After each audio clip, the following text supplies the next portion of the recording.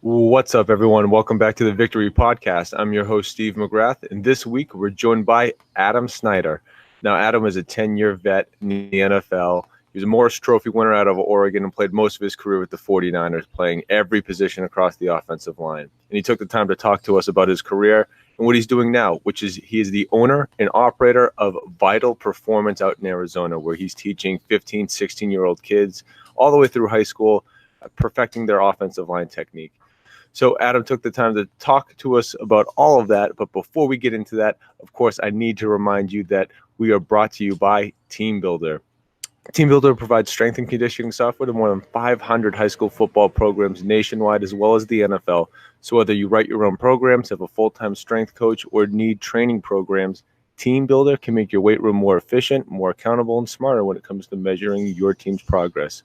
So right now, Team Builder is offering a free 10-week spread offense tempo training program when you start a 14-day free trial at teambuilder.com. TEAMBUILDR.com. So, without any further ado, here's our conversation with Adam Snyder.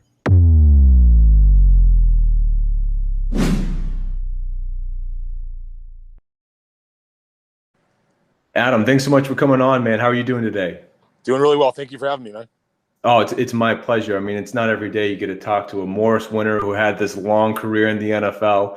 And, it's just, of course, a huge opportunity for me to get to pick someone's brain that's the most versatile offensive lineman I've ever talked to. How about that? That's awesome, man. There you go. Yeah. So, what stands out to me is, just that versatility. And before I can even get into any of this stuff, as I like to do with every guest that comes on, is just sort of back it up a little bit from the jump. 16, 17 years old, what have you. Why football? Did you play any other sports? What was the road that kind of got you to ultimately playing at Oregon as a California kid? I played when I was in sixth grade. That was the first time I played. And at the time it was, I guess you call it unweighted now. And so I played with kids that were in eighth grade. So they were 2 years above me. And I got pummeled. I mean, I did not like football very much. Played the last 2 minutes of every game. And after the season, I ended up telling my dad, it's not for me. I played baseball growing up, basketball, soccer, tried to do it all. Got into high school and got cut from the baseball team. And so that opened it up an opportunity to play another sport. And football was what everybody was doing. So I was like, all right. And at the time I wasn't big yet. I was getting there. But yeah, it was something that once I got into it and I was the same size as everybody and maybe even bigger and I could match up, it quickly caught my attention. And I grew to love the sport through my time playing as a freshman into the JV years. And then about my junior year was when it really started to kind of hit me that, hey, maybe I can do something with this. And it was really my high school football coach that did it for me. He made highlight tapes. He sent those highlight tapes to every school in California. Sent them, those tapes got sent to somebody else, I'm sure. And he really got the ball rolling. I finished my senior year at about 6'4", 265 and had some pretty solid offers coming out of high school. And really fell in love with the sport and luckily and was blessed to be able to play at the collegiate level and furthermore in the NFL. Yeah. So, we know now, the versatility that you had. So is that something that was sort of coached into you, or was it more of there was an opportunity for you to play, so you just kind of slid wherever that opening was? I mean, how did that come, or maybe was that further down the line when you were at school? Yeah. I'm thinking I played my junior year, I played right tackle. So I had the right-handed stance. As a young player, most coaches keep you in a right-handed stance regardless of where you play. It wasn't until my senior year that I was flipped over to the left side. And so I already had my foundation on the right side, right? So I had to get comfortable doing the left. Most of my career, I did play a little bit at right guard, a little bit at right tackle. So I had started that process of the versatility in college. Mainly played left tackle, but I was a spot guy at the other positions when they needed me. And it was more of an attitude and I was willing to do whatever my coaches asked. And honestly, it's probably what kept me in the NFL as long as I was able to play. Was I was always willing to just do it. Like, oh, Snyder will do it. You know, I never played center. Coach Harbaugh asked me, hey, you want to play center? I'm like, sure. I mean, whatever I got to do to keep myself on the team, to keep myself relevant. You know, I wasn't a Pro Bowl guy. I was never a billboard guy. I was always a guy that just tried to work as hard as I could to keep myself relevant. And if I could do the job of somebody else on top of doing what I was good at, I was going to do it, you know? Oh, absolutely. And I mean, in your defense, when Joe Staley's on the offensive line, it's really hard to be the best offensive lineman when you have like an all-time great. Exactly. But yeah, I played next to Larry Allen too, man. He's a Hall of Famer, arguably the greatest offensive lineman to play the game. Yes. Now, I got to play next to him. And that was something that I wanted to get to, is just, you know, how much did that mean? You know, obviously Joe came a little bit later, but you had, as you said, Larry Allen, one of the best. Did you have a benefit of having someone like him early on in your NFL career that you could learn from and just sort of? No doubt. I mean, those guys, there's certain guys, right, that are put on this planet to play football. I think Larry Allen is one of them. Bryant Young is one of them. Justin Smith, you know, Patrick Willis. I can go through the names of guys I played with. I'm sure there's other guys that can tell you the same story with guys they played with. Larry was put on this planet to play football. And what really struck me about him was, one, it was like a dream, right? Growing up, watching him play for the Cowboys for so long, admiring him and just going, wow. And when he finally got to San Francisco, I was like, couldn't believe it. I mean, I'm like, this is a dream. And ended up getting to play next to him for a year and a half or so. But what really struck me about him was his work ethic, man. In his 13th, 14th year, didn't miss a day of training camp, didn't miss one workout. My man was hurting, you know, his body had been through a lot. To play at that high of a level for so long is impressive in itself. But to be out grinding on the field with us, you know, teaching us young kids, giving us little tidbits of information. I just tried to spend as much time around as I possibly could. And so, yeah, it was a total honor to be able to play with him. And I got his, we did a little, you know, Secret Santa one time in the O-line room. And all the guys are talking like, oh, Snyder, wait till you see your gift. Well, Larry had given me a Pro Bowl jersey of his from 2005, the year I got drafted. So I was like, my mind was blown. So, yeah, it was cool, man. It was really cool to watch him work. Bryant Young's the same way. Like, you know, BY was a defensive lineman.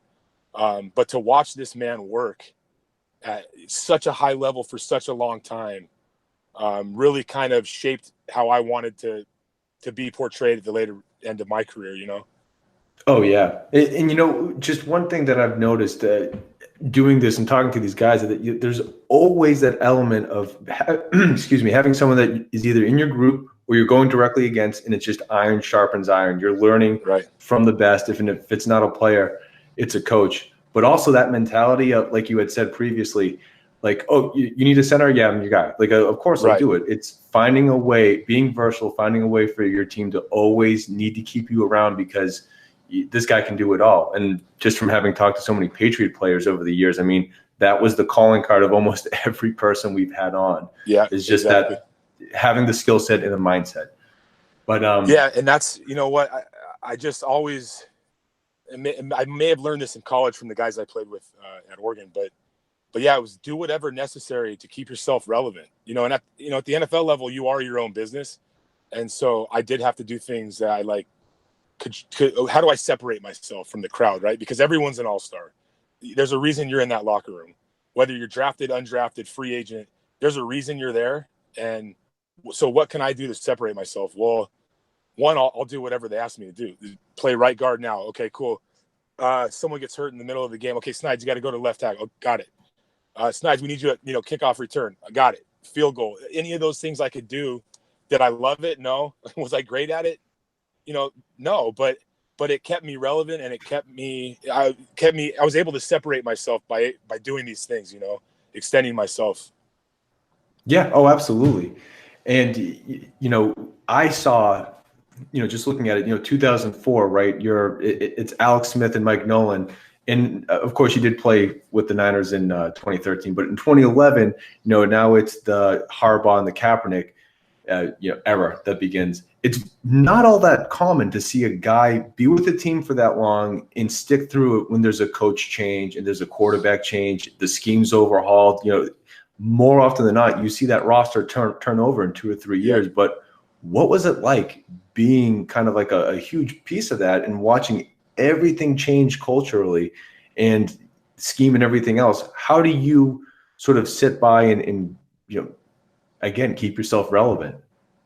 Well, I think, the class of me and Alex and Frank Gore and Dave Boss, and, we could go on and on, but that class of guys had gone through Mike Nolan and then into Mike Singletary and then into Jim Coach Tom Harbaugh Sula, too. and Jim Tom Sula. Yep. And so, one was being able to adapt to the different coaching schemes.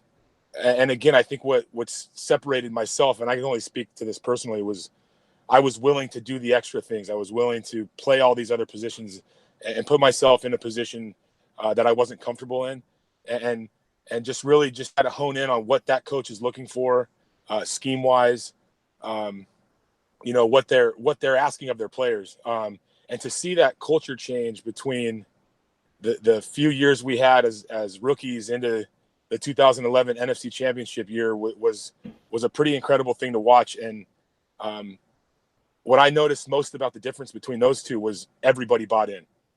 Everybody in that locker room, because we had pretty much the same roster from 2010 with Singletary that we had in 2011. Now we added pieces, of course, but the main ingredients of that team was the same. And the difference was we bought into it. Coach Harbaugh was selling what his his passion for the game and the different coaching, the different coaching styles and things like that. This team just bought in. Yeah, and I was actually just right now, I was trying to pull up on my phone so I could reference it verbatim.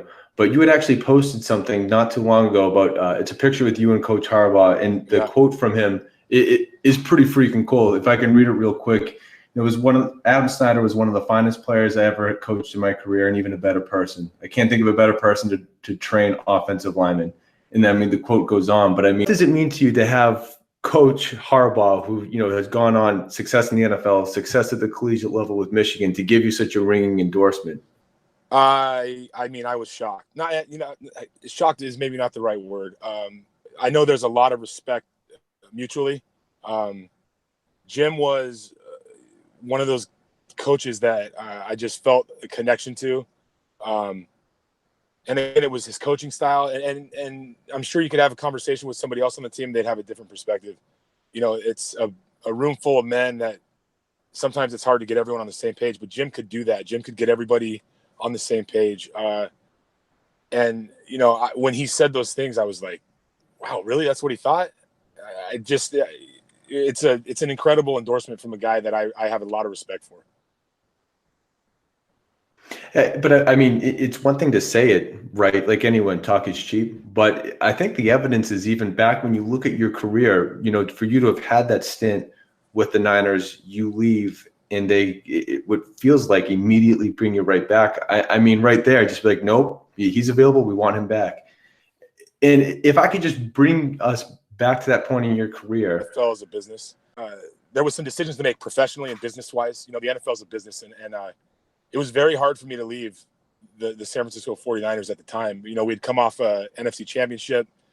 I felt very comfortable in the role I was in.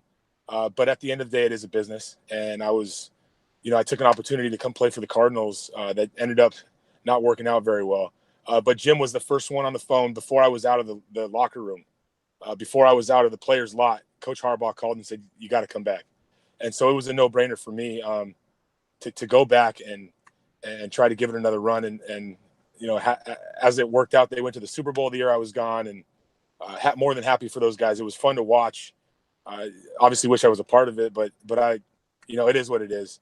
But yeah, like you said, coming back and having Coach Harbaugh be the first one to call really meant something to me. And it was a no-brainer. I can imagine. And not that I'm not in any way suggesting, regretting that decision, but what was it like for you to say, okay, I am going to make this leap of faith. I'm going to go and play for the Cardinals. And then it's the end of Wizenhunt's tenure there. Things just go completely sideways for the team.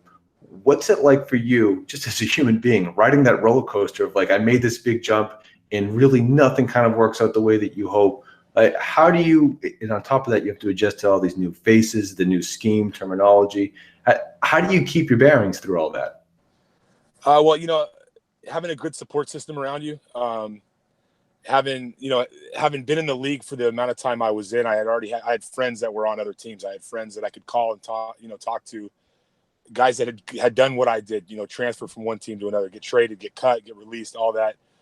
So just having that support system, and honestly, it was guys I played with that helped give me some advice on how to handle it all. It is kind of a lot, and it's a lot on our families, which people don't really sometimes take into account. We had to move from one place to the other, back and this and that, and it's a lot. And so you talk to the people that are in your circle. I've got a saying that I use at Vydl now, that surround yourself with people on the same mission as you, and that's exactly what it is. Keep people in your circle that are on the same mission, that are doing the same things, that have the same motivation, and they'll help you through it.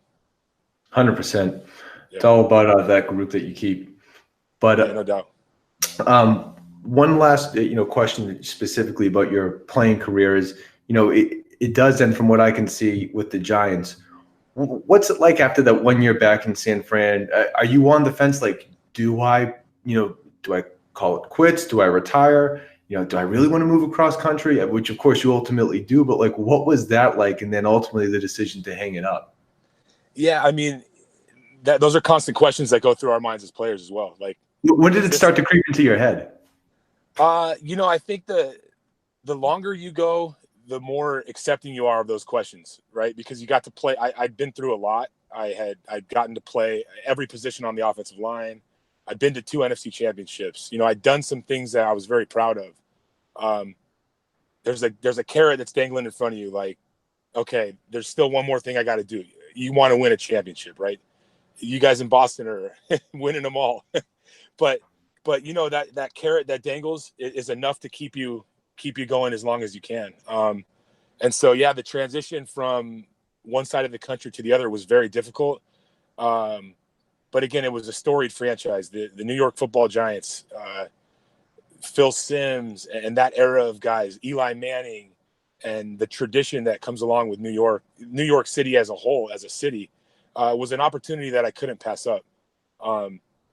My body was starting to feel the wear and tear, so that that plays into it. But what I wanted to do was go and finish something that I started, give everything that I could give, and more than anything, give something to the younger guys that were playing. I think at the time I was 4, 5, maybe even 6 years older than anybody in the room, and so I looked at it as an opportunity to maybe pass along some information to somebody who's new in the game, along with doing the selfish things like playing for the Giants, living in New York City with my family, doing those kind of things. So then I got put on IR late that year. And that's really when you start to think, like, I got injured, right? And so you really start thinking, all right, I'm 32, 33 years old. I've been playing for now 10 years. Is it time? Do I hang them up? Well, then the phone rings and you get an opportunity here or an opportunity there. And you've been out of the game for a month or two. Your body's starting to come back. You're starting to feel good. No, I can do this. I got this. So Chip Kelly was with the Eagles at the time in 2015. And I got a phone call from my agent and said, hey, the Eagles want to try you out. I'm like, sweet. Chip and I know each other from the Oregon connection, and we have the same agent. And so I'm like, yeah, dude, I'm going to do it. I'm going to go. So I fly to Philly. I do my tryout. Think I got it in the bag. I'm going to make it. And then they go, hey, let's go get MRIs. And I was like, oh boy, they want to look at the wear and tear to make sure you can hold up. Right. And I'm like, man, they're going to see that my knees are starting to kind of fade a little bit. I just came off an injury. So at the end of the day, they didn't clear me medically. And so that kind of decision was already made for me. I wasn't going to push it. I'm comfortable now. I have a lot of pain from the injuries and the wear and tear and that. But I didn't want to push it too far. I was very proud of my career up to that point and was able to walk away from the game, with a certain mindset that I did everything I could. I played as hard as I could for as long as I could.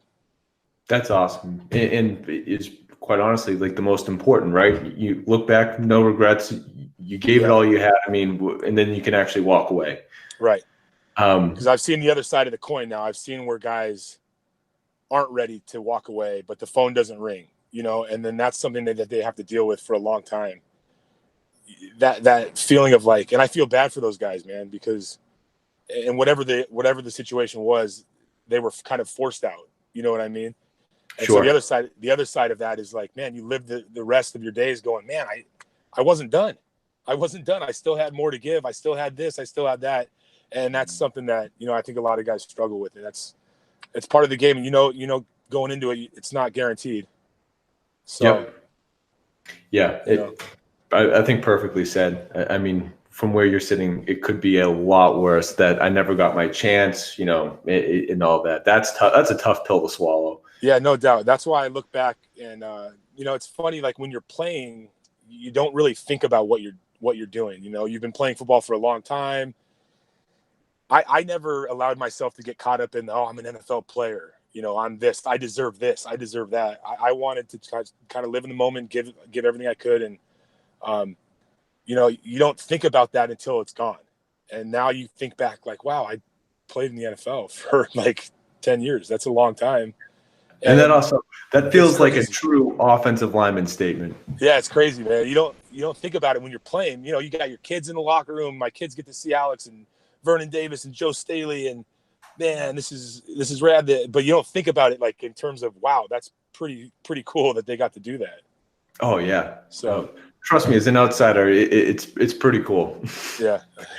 Now, looking back, there's just a couple general questions that I have for you when you think about your career and just what works, particularly as and we're going to talk about Vydl, what you're doing now.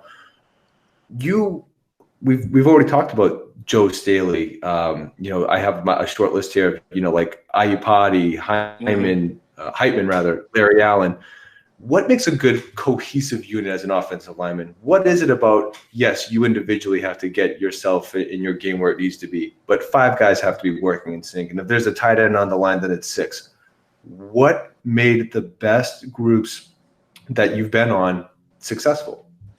I think time together. Practice time, from the spring all the way through training camp into the preseason. If you can get a group of 5 guys that can play an extended amount of time together, they're going to gel.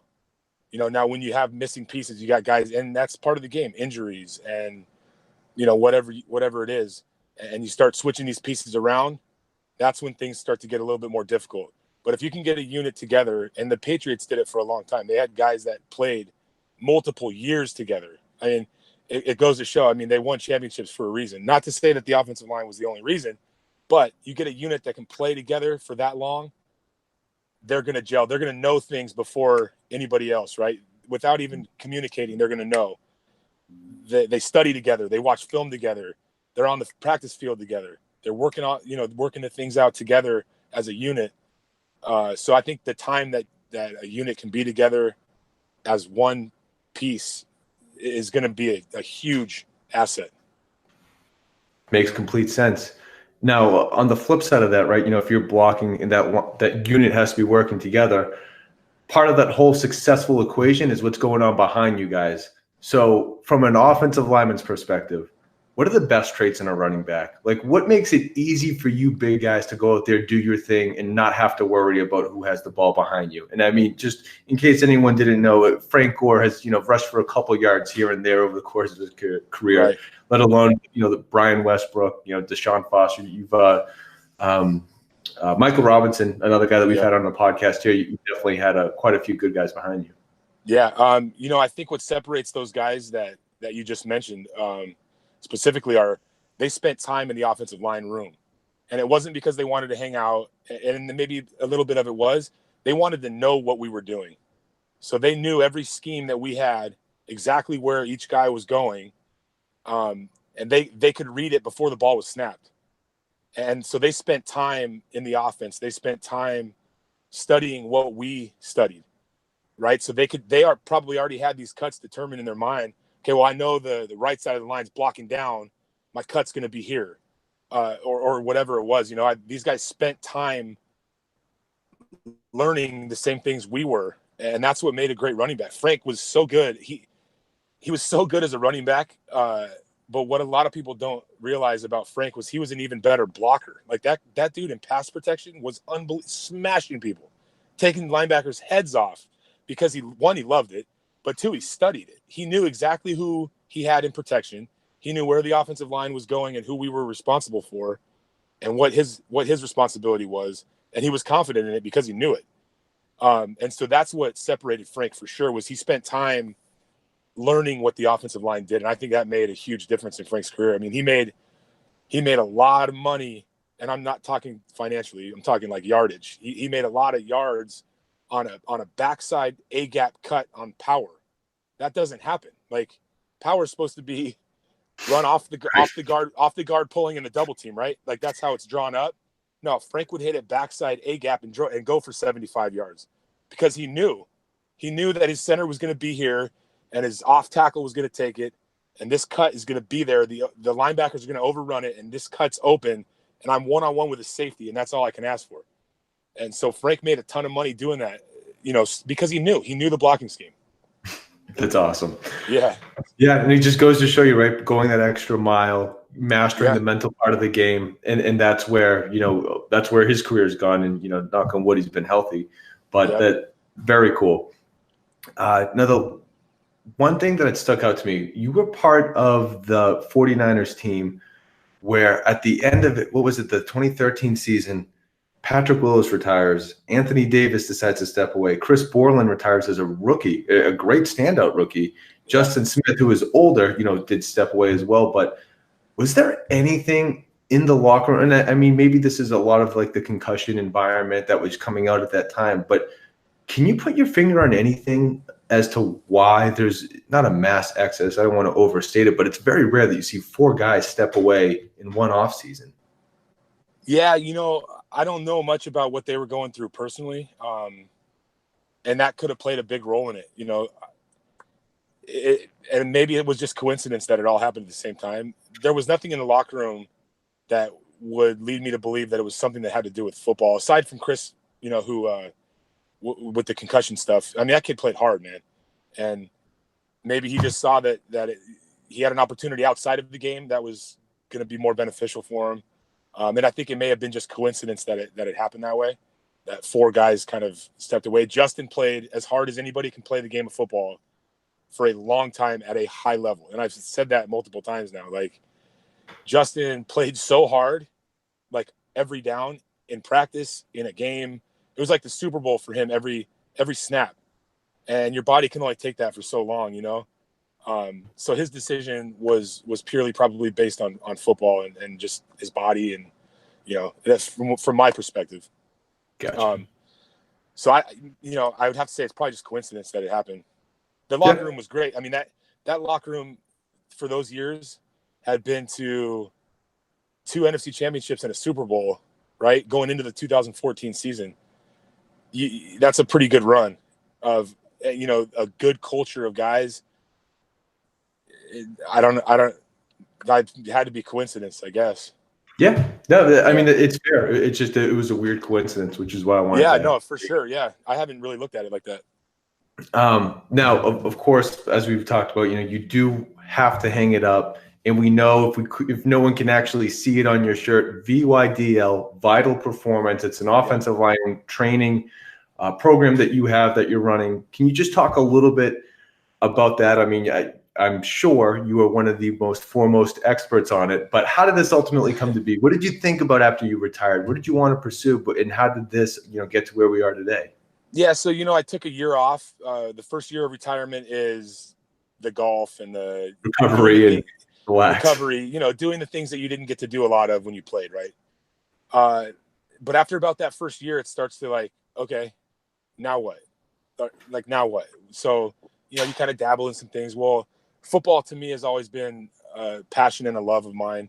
I came on an opportunity to coach high school football here in Arizona, and absolutely fell in love with the coaching aspect. And specifically the high school age kid, because they're such sponges, man, and they take up information and they play the game of football because they love it. It's not a business for them yet. They love the game of football. They love getting better. And so they soak up information. You have an opportunity to take a 15, 16-year-old kid and maybe change the trajectory of his life as a mentor as well, like not just the football part of it, but that happened to me. I had a football coach that was a mentor, who was another father figure in my life. My dad and I are very close, but this was another man in my life that I could talk to, outside of my family. And he was a huge part of my life. So I wanted to be that for somebody else. I really fell in love with the coaching aspect. But like I said earlier, I've got 4 young kids. And so the coaching thing started to get a little bit like my oldest son is 10 and he's playing on Friday nights. And, I'm starting now. I got to decide, am I going to go here or there? So how this Vydl Performance thing came along was there's a kid, Braden Rome, who's going to Cal. Look out for him. He's going to be a stud. Playing offensive line. Well, I'm real close with his dad. His dad asked me, hey, would you train Braden after the season? Absolutely, man. No problem.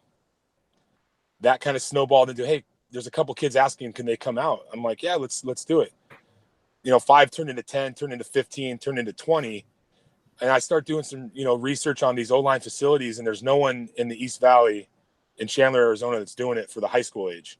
We have LaCharles Bentley here in Chandler. LaCharles, his program is the Mecca. It's the top place for offensive linemen to go. But he's not doing stuff for the high school kids, right? He does the Pro Bowlers, the All Pros, and that is awesome. And it's really fun to watch, and I learn a lot from those guys.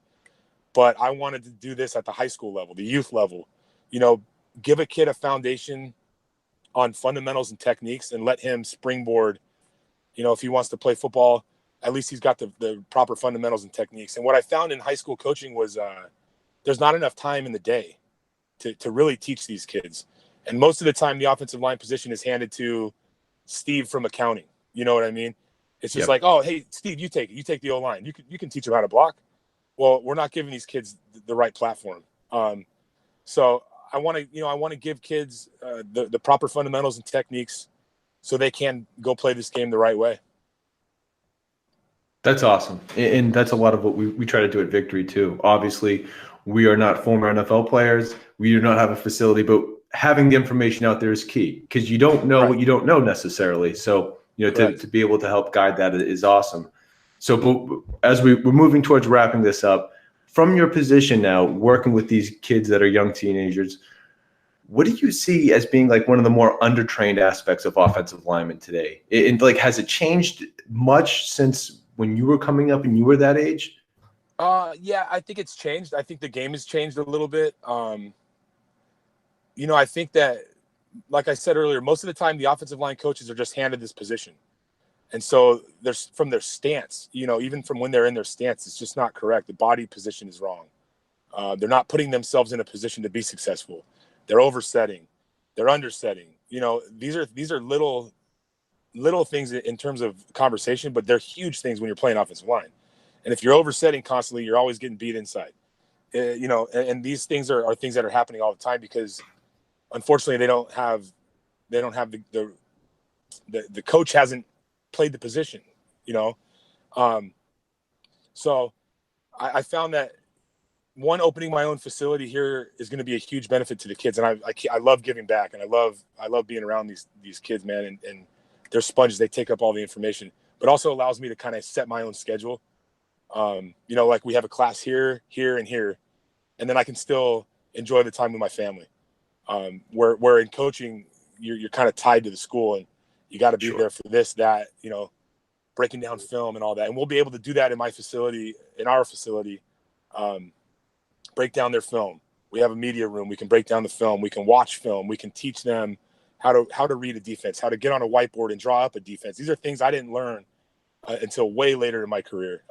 So if I can give a kid that confidence at a young age, he sits down with a college coach, as a junior or a sophomore, and they put him on the board, and my dude's up there just writing it up, drawing up defenses, talking about 3 techniques and 1 techniques and 4, and then these things that high school coaches don't have enough time to do. And that's what I mean by springboarding them into, if football is what they want to do, we're the facility for them. That's awesome. That is so cool. And as things progress, please, let us know. We're going to do everything we can to help get your message out there because it's awesome, man. And The very last thing that I had that I needed to ask you about was Dude Be Nice. It's something that I've seen on your Instagram page. So please, can you tell everyone just a little bit more about this thing? Because it's really cool. Yeah, so Dude Be Nice is a company started by one of my best friends, and it's a pretty plain and simple message, right? Dude, be nice. It goes a little deeper than the slogan. It's a conversation starter, but what it is showing the people that are underappreciated in a community or a school, or a job specifically, showing those people appreciation, showing them that they matter, showing them that they, it's giving compassion to somebody, just saying thank you, or being nice, opening a door for somebody on the premise is what we're about. We've done a lot of really cool things. We're partnered with Red Robin right now.